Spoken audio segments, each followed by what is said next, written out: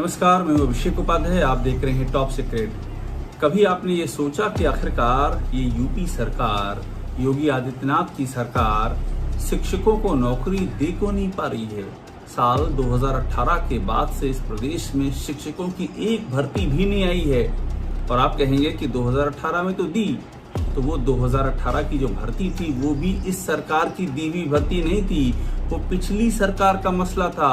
पिछली सरकार ने एक आदेश दिया था, उसके मुताबिक शिक्षा मित्रों को बिना किसी पात्रता परीक्षा के सीधे प्राइमरी टीचर्स के पद पर समायोजित कर दिया था और इसे सुप्रीम कोर्ट ने इस समायोजन को रद्द कर दिया गया। उसके बाद वही 1,37,000 की शिक्षक भर्ती थी पिछली सरकार वाली, जिसको इस सरकार ने 2 चरणों में लागू किया। वही भर्ती जो पिछली सरकार वाली थी। पहले चरण में 68,500 की भर्ती की और दूसरे चरण में 69,000 की भर्ती की। और भर्ती भी क्या की आफत का पिटारा हो गया। 69,000 की भर्ती में जो ओबीसी छात्र हैं उनको उनका हक नहीं दिया। इलाहाबाद हाईकोर्ट ने बाकायदा डिसीजन देकर के डबल बेंच ने कहा कि इन ओबीसी छात्रों को इनका हक दीजिए, आपने इनका हक मारा है। और ये भी कहा कि ये पूरी की पूरी मेरिट लिस्ट रद्द कर दीजिए, नए सिरे से मेरिट लिस्ट बनाइए। दोस्तों, आपने पिछले 10 सालों में ये देखा है कि जो जितने मेन स्ट्रीम मीडिया है वो पूरी तरीके से सरकार के आगे नतमस्तक है, क्या लौट रही है, इसको इस तरीके से भी कहा जा सकता है। कुछ समय पहले ये देखा जा रहा था कि जो मेन मीडिया है वो सरकार की आलोचना करने का जो उसकी ड्यूटी होती है वो आज सरकार के चरणों में उनके जूते साफ करने की कोशिश में या प्रयास में रहती है, जबकि मीडिया का काम होता है समाज को सच्चाई का दर्शन कराना, उनको आईना बनकर दिखाना। लेकिन पैसा इतनी बड़ी चीज़ हो गया है कि मीडिया हाउस के मालिकों को सिर्फ सरकार से मिलने वाला विज्ञापन और उसकी आड़ में जो करोड़ों रुपए का बजट उनके पास पहुंचता है, तो वो सारी नैतिकता भुला बैठते हैं। ऐसे में कुछ पत्रकार जो कि सच्ची पत्रकारिता करने के लिए जाने जाते थे, उनका भी ईमान डोल चुका है।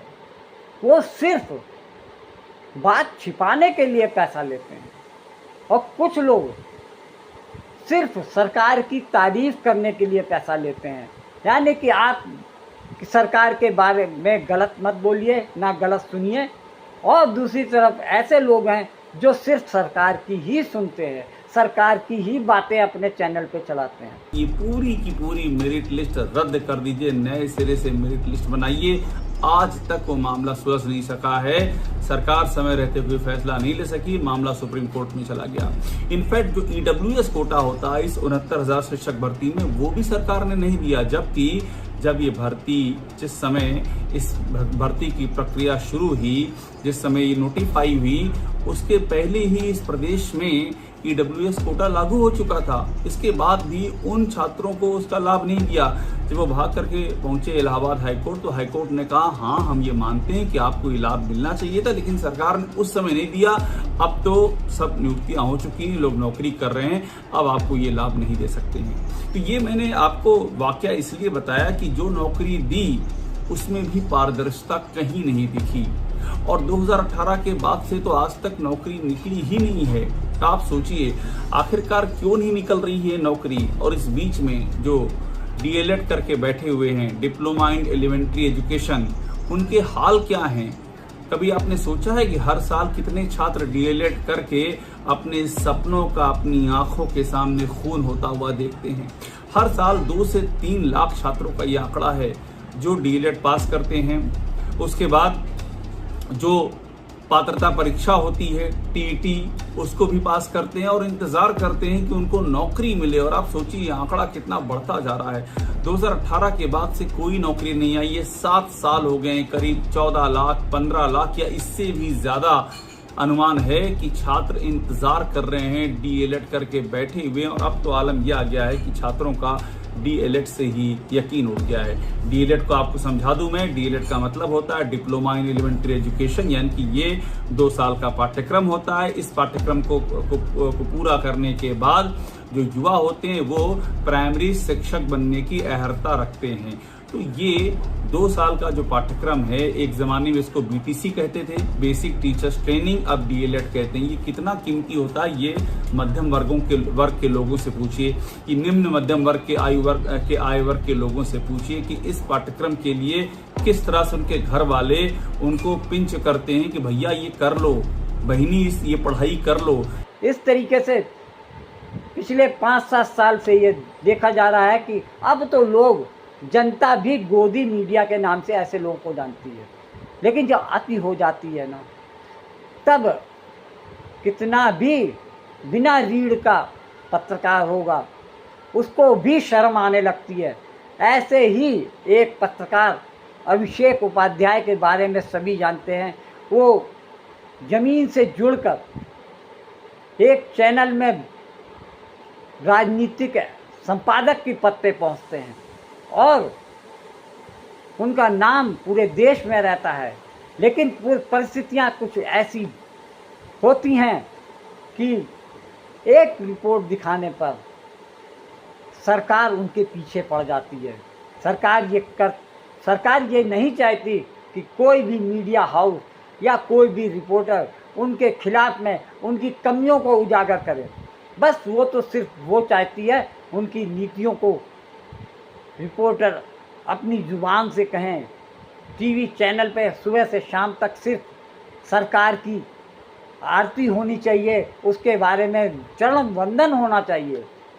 लेकिन ऐसे में जब किसी पत्रकार के अहम को चोट पहुंचती है, सरकार उसके पीछे पड़ जाती है, तब उसका भी ईमान जग जाता है। वो ये कहता है कि अब हम असली पत्रकारिता सबको दिखाएंगे।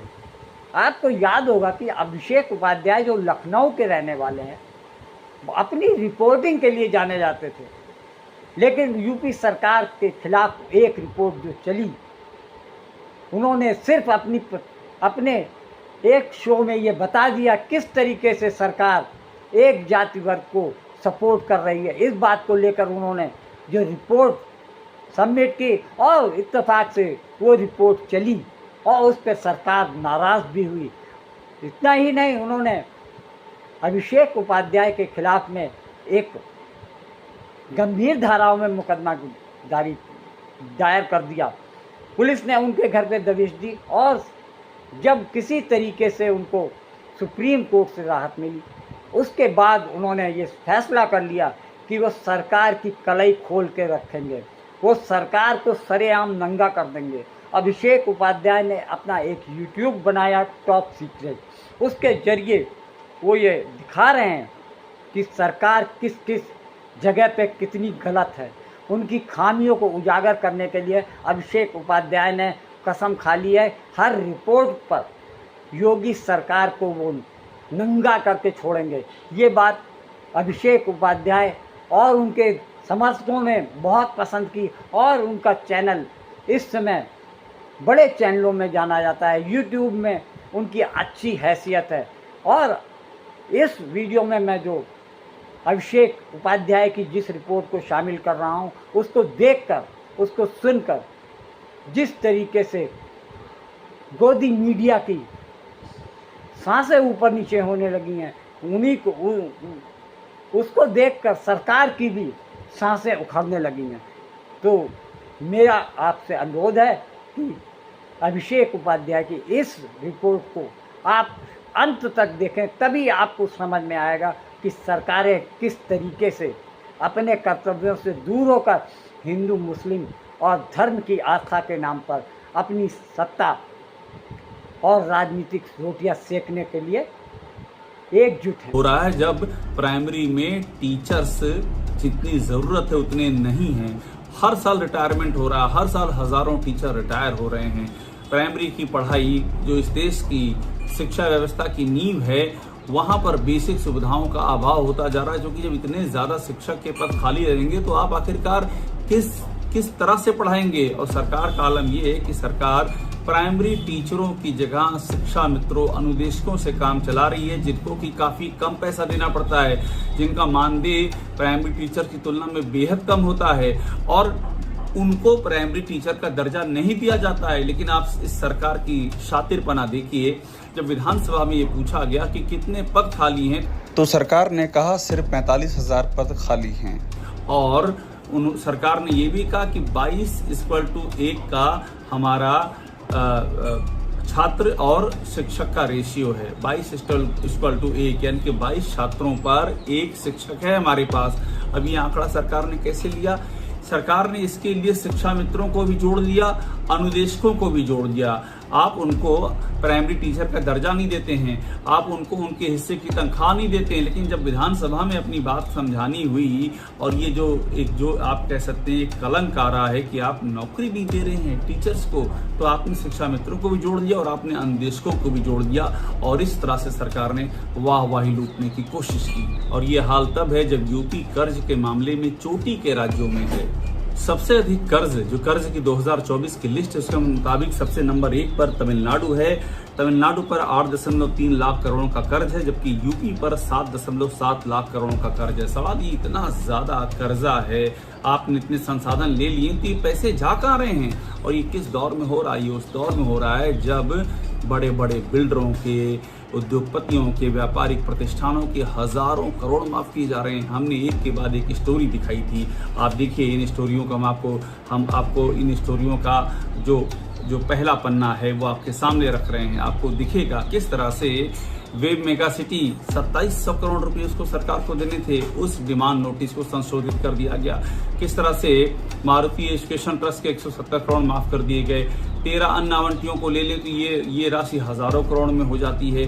तो एक के बाद दूसरे और ऐसे बिल्डरों के जो कि डिफॉल्टर हैं उनके हजारों करोड़ माफ किए जा रहे हैं। वहां पर ये युवा, ये छात्र इंतजार में बैठे हैं कि सरकार कब एक अदद नौकरी निकाले और कब इनके सपनों को आकाश मिले। सवाल ये कि पैसे कहाँ जा रहे हैं? आप बिल्डरों का बकाया माफ कर रहे हैं, सरकार के राजस्व का आप अपने आप में नुकसान कर रहे हैं और वो भी वो बकाया माफ कर रहे हैं जिसके लिए खुद आपकी सरकार कहती है वसूलो, आपका न्याय विभाग कहता है वसूलो बिल्डरों से। ये जो अथॉरिटीज हैं, यमुना, नोएडा, ग्रेटर नोएडा, ये सब कहती हैं वसूलो, लेकिन चीफ सेक्रेटरी माफ कर देते हैं। तो आप कर्जा भी ले रहे हैं केंद्र से, नंबर 2 पे हैं आप कर्जा लेने में, इतना कर्जा ले रखा है। आप बिल्डरों के बकाया माफ कर रहे हैं, तो आपकी प्रायोरिटी में वो युवा कहाँ हैं जिन्होंने डीएलएड कर लिया है, जिनका सपना है शिक्षक बनने का? क्या वो सिर्फ आपके लिए वोटर हैं कि आप उनके सामने नारा लगाएंगे बटोगे तो कटोगे, तो वो आकर के आपको वोट दें और उनके दम पर आप अपनी सरकारें चलाएं, 5 साल फिर 5 साल रिपीट करें? क्या इसी बात के लिए इन युवाओं ने आपको और इनके परिवार वालों ने आपको वोट दिया था? ये सवाल अब यक्ष प्रश्न बन गया। जिस तरह से भर्ती का विज्ञापन 1,93,000 योगी सरकार ने ये विज्ञापन हाल ही में सामने रखा और उसके बाद इस ट्वीट को योगी सरकार के हैंडल से 5 घंटे में डिलीट कर दिया गया। ये एक बहुत ही भद्दा मजाक बन चुका है और ये मजाक बता रहा है कि इस सरकार में युवाओं की प्रायोरिटी क्या है और इस सरकार की लोकतंत्र के प्रति, अपने वोटरों के प्रति, इस शासन की नैतिकता के प्रति और रोजगार की गारंटी के प्रति संवेदनशीलता कितनी है, इस सरकार की गंभीरता कितनी है।